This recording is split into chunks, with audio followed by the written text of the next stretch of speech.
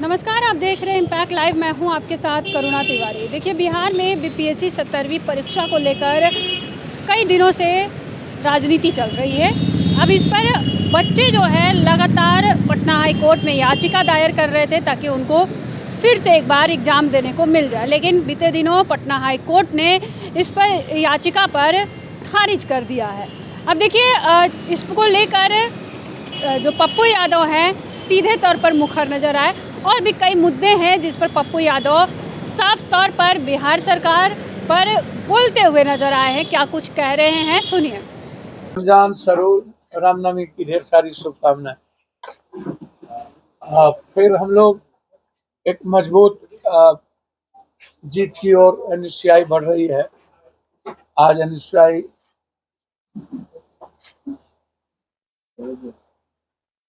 पर पूरा पटना यूनिवर्सिटी के बच्चे का जो ट्रस्ट मैंने देखा, मुझे गर्व है, खासतौर पर मगध वीमेंस कॉलेज और पटना यूनिवर्सिटी के सारे बच्चों को। मैं उम्मीद करता हूं कि एक नई शुरुआत एनएसयूआई के रूप में पटना यूनिवर्सिटी और कांग्रेस जिस सपने को लेकर के सोचती है बिहार का, वह एक नई शुरुआत होगी। दूसरा सबसे बड़ी बात है कि 3000 करोड़ मेरे पास, आप देखेंगे तो एक बार नहीं, दसों बार इस कोसी मैची के मुद्दों को लेकर के मैंने सदन में ये पैसा कब मिलेगा, ये सदन में उठाया हुआ मेरा मामला है, मुद्दा है। मैं हर कीमत पर महानंदा बेसिन बांध को लेकर के मैंने कहा है कि अविलंब आप रुकिए किसी भी कीमत, अन्यथा 10 लाख किसान परिवार बर्बाद हो जाएगा।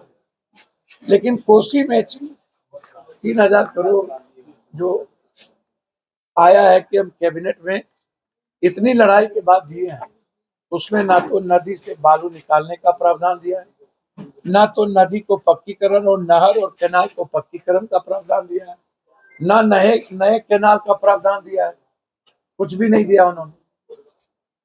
तो आप क्या ठेकेदारी के लिए सिर्फ प्रावधान दे दिए? आप जरा हमको बताएं। और उसके बाद हमारे मंत्री जी लोग जो सीनियर मंत्री हैं वो बयान देना शुरू कर दिए।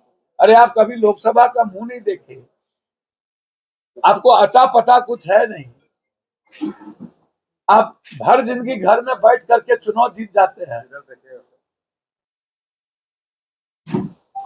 आप लोगों ने मिल करके पूरा कोसी नदी और फरक्का और हाईडैम बांध नहीं बनने दिया।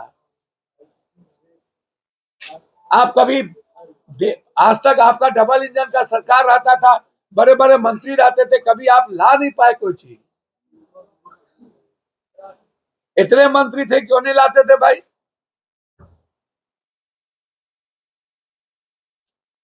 आज ही सब कुछ क्यों आ रहा है? आपने कभी एयरपोर्ट की चर्चा की कि अंतरराष्ट्रीय करो? आपने कभी चर्चा की कि यहां से सबसे ज्यादा प्रवासी मजदूर बाहर जाते हैं, गल्फ जाते हैं, अरब जाते हैं, दुबई जाते हैं, यहां से शुरू करो। बच्चे पढ़ने बाहर जाते हैं।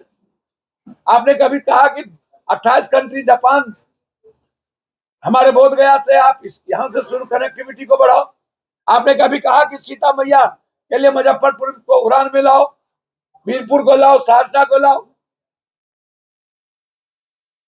कुछ नहीं। मुजफ्फरपुर सीन से, भागलपुर सीन से गायब। आप कभी मेट्रो सिटी के लिए नहीं लड़ते हो? आप कभी स्मार्ट सिटी के लिए नहीं लड़ते हो? आ तो रहे हैं आज हमारे सबसे मजबूत कदावर नेता, एनडीए के, उससे कदावर नेता तो है नहीं। आज वो लकीर लिख के जाएंगे कि कितना बड़ा नफरत पैदा करके हम लोग को चुनाव लड़ना है। तो भैया, नफरत से अच्छा है विशेष राज दे दीजिए, विशेष पैकेज दे दीजिए। इससे अच्छा तो कुछ नहीं हो सकता। आप दे दीजिए, आपको चुनाव वैसे ही जिता देगा बिहार की जनता। आप दे दीजिए विशेष राज। मैं सच कहता हूं कि वैसे ही जनता जिता देगी। दे दीजिए बंद पर इफेक्टिव। मेरा डिमांड है, हम आपको दिल की गहराइयों से धन्यवाद देंगे।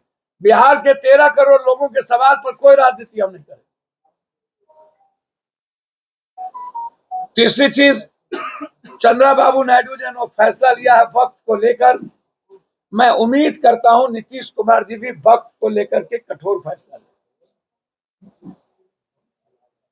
चंद्रबाबू नायडू ने कह दिया कि मैं लागू नहीं करूंगा। सैल्यूट है चंद्रबाबू नायडू कि संविधान की रक्षा के लिए वो खड़े हुए, वो लौह पुरुष है। मैं नीतीश कुमार जी से आग्रह करूंगा, वक्त के सवाल पर और संविधान की रक्षा के सवाल पर आप मजबूत निर्णय। अंतिम में मैं ईडी से लेकर सीबीआई से लेकर प्रवर्तन निदेशालय से लेकर सबको चिट्ठी लिखी। ये चिट्ठी है chief engineer, engineering in chief, सभी विभाग के, चाहे वो बिल्डिंग हो। मेरा सवाल है, आज मैं जा रहा हूं चीफ सेक्रेटरी साहब से मिलने, कि क्या कारण है कि दुनिया में बिलों में टेंडर होता है, बिहार के लगभग टेंडर